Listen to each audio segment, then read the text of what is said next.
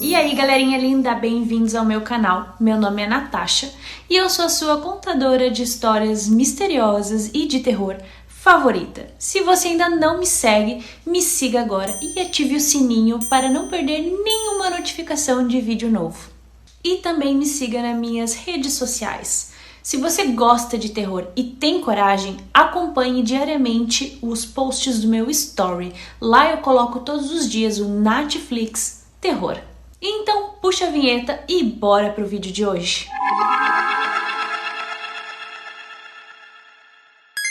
E o assunto de hoje é Sexta-feira 13, considerado um dia de azar ou amaldiçoado, no qual você não pode sair de casa, senão alguma coisa muito ruim pode acontecer com você. Então, supersticiosos indicam que você evite algumas coisas, como cruzar com um gato preto, passar embaixo de escada, quebrar espelhos, abrir guarda-chuva dentro de casa e sempre lembrar de levantar com o pé direito. Você acredita mesmo que a sexta-feira 13 é um dia de azar?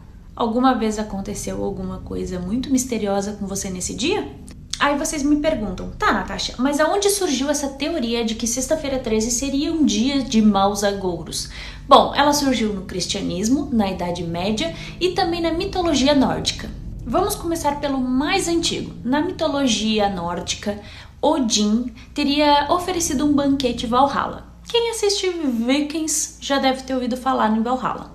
Na mitologia nórdica, Valhalla é um lugar muito importante. Localizado em Asgard, após a sua morte, só atravessa os portões para Valhalla, que é um salão majestoso com muitos quartos e que você senta-se à mesa com o próprio Odin, os maiores e melhores guerreiros. Então a lenda conta que Odin ofereceu um banquete em Valhalla para 12 divindades. Porém, ele não convidou seu filho Loki, que é o deus da trapaça e da discórdia.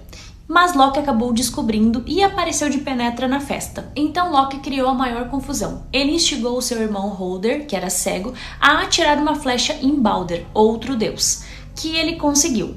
Então acabou em tragédia. Por isso que disse que fazer uma reunião com 13 pessoas traz mau agouros ou morte. Ou seja, 13 seria um número de azar.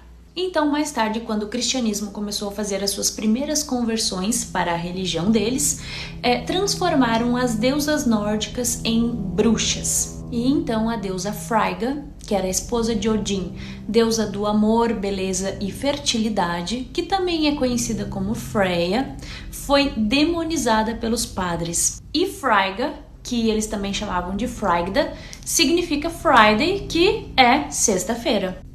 E as práticas dela foram consideradas como obras do mal. E os padres disseram que ela se reunia na mata com mais 11 bruxas e o próprio demônio para fazer maus agouros à humanidade. Ou seja, o nome dela sexta-feira, com 13 entidades, seria sexta-feira 13. E já mais tarde, durante a Idade Média, o rei da França, Filipe IV, sentia-se ameaçado pela ordem religiosa dos Cavaleiros Templários, então ele tentou se filiar à ordem, porém ele foi recusado. Então, em uma sexta-feira 13, em 1307, ele ordenou a caçada aos Cavaleiros Templários. E durante 7 anos, centenas de cavaleiros foram torturados de forma horríveis e queimados na fogueira a mando do rei. Por isso também ficou conhecida como uma sexta-feira amaldiçoada. Já no cristianismo, a má sorte da sexta-feira 13 teria origem na Santa Ceia, onde Jesus convidou 12 apóstolos, mais ele seriam 13 pessoas à mesa, e um deles foi Judas, que o traiu.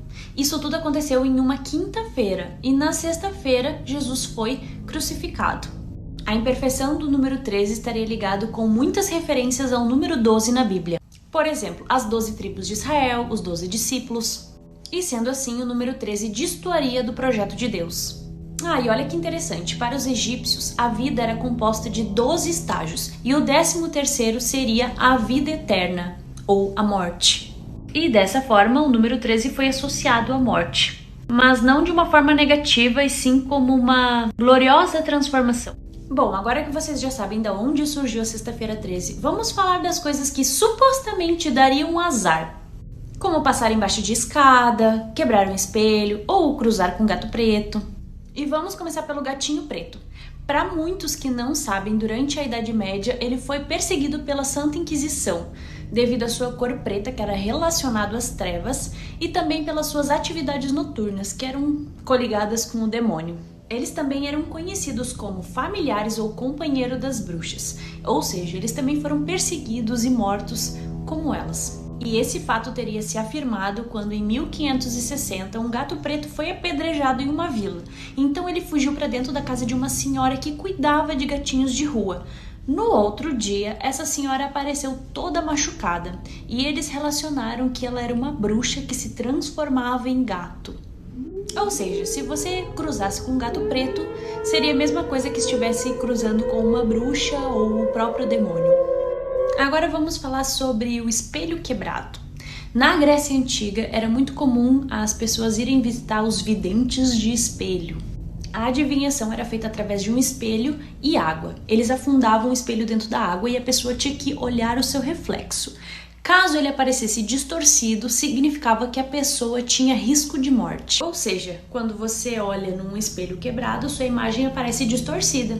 E isso significaria má sorte ou risco de morte. E no primeiro século depois de Cristo, os romanos acrescentaram uma ressalva dos 7 anos, porque eles acreditavam que a nossa vida tinha ciclo de 7 anos, ou seja, nossa saúde mudava de 7 em 7 anos, por isso 7 anos de azar. E por que passar embaixo de uma escada traria azar? Bom, essa superstição surgiu há 5.000 anos atrás no Egito. Uma escada encostada na parede forma um triângulo perfeito, e para eles a forma de um triângulo era muito sagrada, pois representava a trindade dos deuses, ou seja, passar embaixo de uma escada era profanar os deuses. E essa crença atravessou os séculos quando Jesus foi crucificado e colocaram uma escada encostada no crucifixo, ou seja, ela foi relacionada à morte e traição. E mais pra frente, em 1600, na Inglaterra, todos os prisioneiros que iam pra forca eram obrigados a passar embaixo de uma escada. Agora vamos para o guarda-chuva. Por que não pode abrir um guarda-chuva dentro de casa? De onde isso surgiu? No século XVIII, quando os guarda-chuvas de metal começaram a ser muito populares, o seu mecanismo rígido era muito perigoso para ser aberto dentro de casa. Por exemplo, abrir um guarda-chuva desses em um ambiente pequeno podia ferir gravemente uma criança ou um adulto ou até quebrar um objeto. E um acidente dentro de casa poderia gerar uma briga com palavras desagradáveis, e isso traria má sorte para a família. E aí surgiu a superstição de que abrir um guarda-chuva dentro de casa traria má sorte. Da onde surgiu a teoria que se você levantasse com o pé direito você teria sorte? Bom, os romanos acreditavam que o lado esquerdo era o mal e o lado direito era o bem. Ou seja, se você levantasse com o pé direito, você teria um dia bom. E é isso aí, esse foi o vídeo de hoje. E se vocês gostaram, não esqueçam de deixar o like e comentem aqui embaixo se vocês acreditam que a sexta-feira 13 é um dia de azar. 13 é o meu número da sorte, então sou suspeita.